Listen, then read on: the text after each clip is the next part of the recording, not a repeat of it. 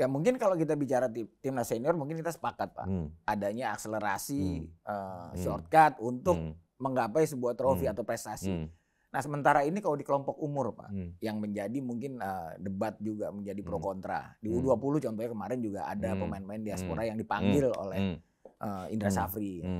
Dan di U17 juga mungkin ada juga Pak pemain diaspora. Nah ini menurut Pak Gede mungkin seperti apa? Jadi gini, jika kita bicara. Jadi kalau yang senior gitu ya, yang senior yang membawa nama bangsa, biarpun yang 17 membawa nama bangsa, itu mungkin masyarakat kita masih bisa mentolerir. Ya. Masih bisa mentolerir. Tapi kalau sudah 20, 17, 13 dinaturalisasi, waduh, ini berarti orang itu betul-betul tidak mampu untuk bicara bola di Indonesia. Jadi orang kayak gitu jangan dihargai lagi. Orang-orang yang mencari jalan pintas seperti itu, kalau menurut saya jangan lagi diberi kesempatan untuk bicara bola. Yang senior bolehlah, tapi tolong yang dasar ini harus dilakukan. Ketum kita sudah berdarah-darah ini. Kita dukunglah. Pro kontranya, kita dukung pro-nya. Karena apa? Kontribusinya udah jelas kelihatan. Tapi tolong ini jangan dijadikan legitimasi untuk menciptakan lagi tim-tim naturalisasi untuk 23, 20, 17, 13. Kalau gitu ditutup aja semua. Nggak perlu ada lapangan sepak bola, nggak perlu ada SSB, nggak perlu ada grassroots, nggak perlu ada suratin. Buat apa? Orang yang kayak gitu menurut saya itu orang yang nggak layak untuk diberi kesempatan hidup di dunia bola Indonesia. Saya nggak mau tahu siapapun. Ya, saya nggak pernah mengelola akademi, baru kira-kira 5 tahun saya mengelola akademi. Saya menikmati dan memperoleh kenikmatan. Ternyata kenikmatan membina bola bukan hanya di senior, bukan di Liga 1 kami sudah pernah juara, di Liga 2, di Liga 3. Ternyata di akademi itu pun ada kenikmatan bagaimana kita menyiapkan tim, lalu dari jenjang provinsi ke nasional juara, lalu kita ikutin di kejuaraan luar negeri di Singapura, sebentar lagi kita ikut di itu. Ternyata juga ada kenikmatan gitu. Makanya saya sarankan kepada teman-teman yang mungkin gagal di Liga 1, Liga 2, bina grassroots. Pasti Anda akan mendapatkan kepuasan seperti yang saya alamin. Kalau kita cinta bola, gitu. Karena Pak, tadi kalau kita kembali lagi ke kompetisi kan kita lihat kuota pemain asing 8 gitu, 5+1. Dan ternyata banjirnya pemain asing ke kompetisi kita ini juga tidak hanya di pemain, di pelatih juga mayoritas dari 18 klub Liga 1. Mungkin pelatih lokal kita cuma 1, 2 kali ya, Pak. Nah, ini mungkin ngeliatnya gimana, Pak? Jadi gini. Untuk kualitas pelatih kita juga, saya ngomong agak satir atau agak gimana ya. Kalau umpamanya diizinkan pelatih asing itu Liga 2, Liga 3 sama suratin, mungkin semua pelatih asing. Saya nggak ngerti, apakah pelatih kita ini kualitasnya tidak mencukupin atau memang kesempatan yang tidak diberikan. Saya kadang-kadang itu nangis gitu. Ada seorang Banur ya, Bambang Nurdiansyah. Dari pemain top saya ikutin karena beliau itu dulu bergabung dengan timnya orang tua saya. Dari pemain top lalu merangkak menjadi pelatih mulai dari yang paling bawah sampai sekarang yang paling atas, sekarang menjadi instruktur di pelatihan. Ya. Apakah kualitas orang itu kurang? Fahri Husaini, banyaklah. Kurniawan Yulianto, saya nggak perlu sebut semuanya. Saya nggak ngerti apakah kualitas mereka yang kurang ataukah label pelatih asing itu memang merupakan kewajiban bisnis. Kalau kewajiban bisnis oke, berarti pemain-pemain atau pemain-pemain pelatih ini udah tidak ada tempat. Kalau dibilang bahwa kualitas mereka jelek, enggak lah. Enggak. Indra Safri juga pernah menelurkan tim yang bagus. Ya. Makanya mungkin ini keinginan dari owner sebuah klub juga boleh, juga bisa. Karena federasi LIB memberikan kelonggaran. Tapi kalau di Liga 1, saya pikir it's okay. Tapi jangan sampai besok Liga 2, Liga 3, atau Liga 4, atau yang suratin, ini asing boleh masuk, jangan lagi. supaya kuota, kesempatan orang-orang kita bisa bermain di level tertentu tadi, 2, 3, 4, amatir, lokal, apapun. Jangan berikan kesempatan kepada asing, bukan berarti kita itu anti asing, tapi berikan kesempatan orang lokal supaya orang lokal ini dapat berkembang. Termasuk pelatih, pemain. Nanti kalau bisa kitman, measure dari asing semua. Ini parah ini. Makin gila ini. Makanya harus ada orang yang berani bicara gitu. Bicara seperti ini nggak haram gitu. Tapi jangan takut. Banyak orang kita itu yang pinter-pinter tapi takut bicara itu. Betul. Kalau saya sih apa adanya.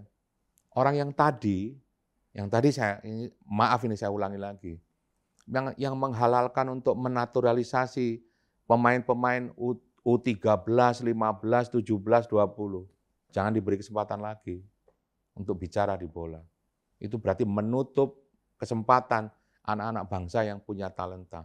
Seharusnya lakukan talent scouting seluruh Indonesia, ke Papua, ke Persiraja, ke Medan, ke Jawa, ke Bali, ke NTT, banyak. Jadi jangan ada event, ada akal gitu. Begitu Iya. ada turnamen, ada kejuaraan baru panggil. Atau jadi harus belusukan ke daerah-daerah baru. Iya. Lah mereka hanya formalitas, ngumpulkan orang 1.000 cuma 3 menit dilihat gini, halo pulang. Ya gimana mau dapat pemain bagus? Gitu. Gitu, udah. Nah mungkin tadi kalau mengacu pada, tadi Pak Gede bilang 5 tahun ngurusin grassroots. Kebetulan Pak Gede juga berdomisili di ibu kota DKI Jakarta. Nah mungkin dari kacamata Pak Gede melihatnya pembinaan usia muda, terutama kompetisi usia muda yang ada di ibu kota ini seperti apa Pak? Karena kita lihat kan kompetisi usia muda di ibu kota ini mati suri, Asprof nggak ada. Nah itu gimana Pak coba? Jadi gini, Anda kalau bilang di ibu kota di DKI, ini perlu nih, Pak Erick Thohir yang terhormat ini tolong kupingnya kita sentil sebagai masyarakat, jangan tersinggung ini Pak. Saya masyarakat bola, jadi kalau saya bukan masyarakat bola, ya Anda boleh tersinggung lah. Masa DKI ini nggak punya Asprop sudah hampir 2-3 tahun. PLT-nya saja sudah 5. Udah 5 PLT-nya. Jadi ini merupakan pelajaran yang harus kita pelajari di Indonesia. Bahasa kasarnya, kalau bisa di seluruh Asprop di Indonesia nggak perlu ada ketua definitif, cukup di PLT-kan terus saja atau di PJ-kan terus saja, sesuai keinginan dari federasi, sesuai keinginan dari ketumnya gitu. Kalau ini bukan keinginan ketum, saya pikir ketum bisa menegur. Tapi kalau ini 5 kali PLT ketum ini atau PJ di Asprof DKI dibiarkan, berarti kan pembiaran, ketumnya tahu tapi mendiamkan. Itu baru organisasi.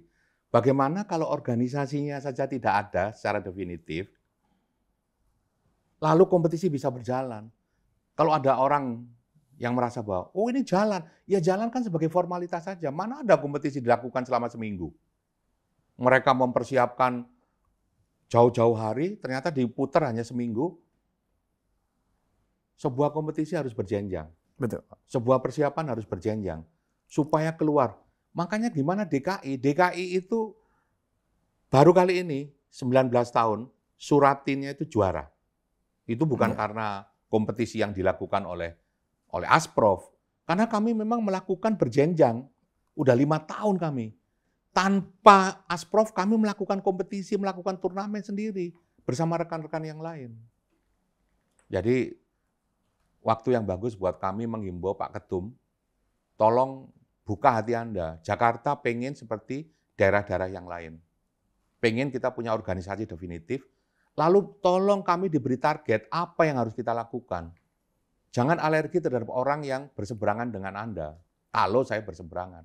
Tapi saya ini pendukung Anda. Pendukung federasi. Saya sangat mencintai sepak bola. 5 periode, 5 PJ, 5 PLT yang sudah ada di Asprof DKI. Sampai sekarang belum dilakukan pemilihan. Jadi ada apakah gerangan?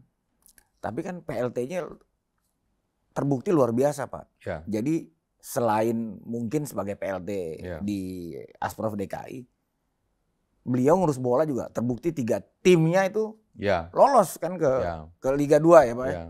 Mungkin ini merupakan satu 16 besar. ya. Kalau saya gini, mungkin ini merupakan salah satu contoh dari seorang pengurus PSSI yang harus dicontoh oleh masyarakat Indonesia.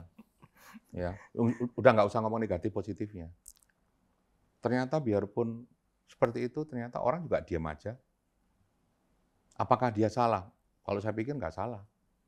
Selama tidak ada pelanggaran terhadap hukum yang dilanggar, oke-oke aja. Selama tidak ada etika yang dilanggar, oke-oke aja. Nah kalau ini dianggap wajar oleh seorang ketua umum federasi sama masyarakat Indonesia, ya wajar. Wajar-wajar saja. Malah kalau perlu, saya didukung orang ini. Saya nggak mau sebut namanya, didukung. Karena apa? Daerah-daerah yang bersangkutan yang kemarin tenggelam, dengan adanya dia jadi muncul. Satu sisi, banyak yang mencemooh. Tapi satu sisi, di kota, 3 kota tadi, kalau dia mencalonkan bersama-sama untuk menjadi bupati atau wali kota, pasti terpilih. Jadi, 2 sudut. Ini pelanggaran etika di PSSI, tapi kalau di PSSI ini dianggap wajar, ya saya mau ngomong apa? Seperti di Jakarta, oh cukup, Jakarta itu nggak perlu ada ketua Asprof definitif, cukup PLT aja sampai 1000 tahun. Ya mau apa lagi? Federasinya memang menghendaki seperti itu. Nah, yang harus diketahui masyarakat, ini adalah keinginan federasi. Jadi federasi memang tidak menginginkan. Jadi supaya pemerintah daerah, KONI juga tahu gitu loh. Jangan seolah-olah kita diam, kita udah berusaha tapi kita mempergunakan jalan-jalan yang beretika. Kita tidak perlu demo, tidak perlu apa. Kita mempergunakan jalan yang beretika. Tapi dengan jalan yang beretika dianggap mereka kita lemah. Makanya kita tidak diberi kesempatan untuk melakukan KLB. Nah, semoga saya berharap sih hatinya teman-teman yang ada di federasi, yang cinta bola benar-benar dibuka hatinya oleh Tuhan.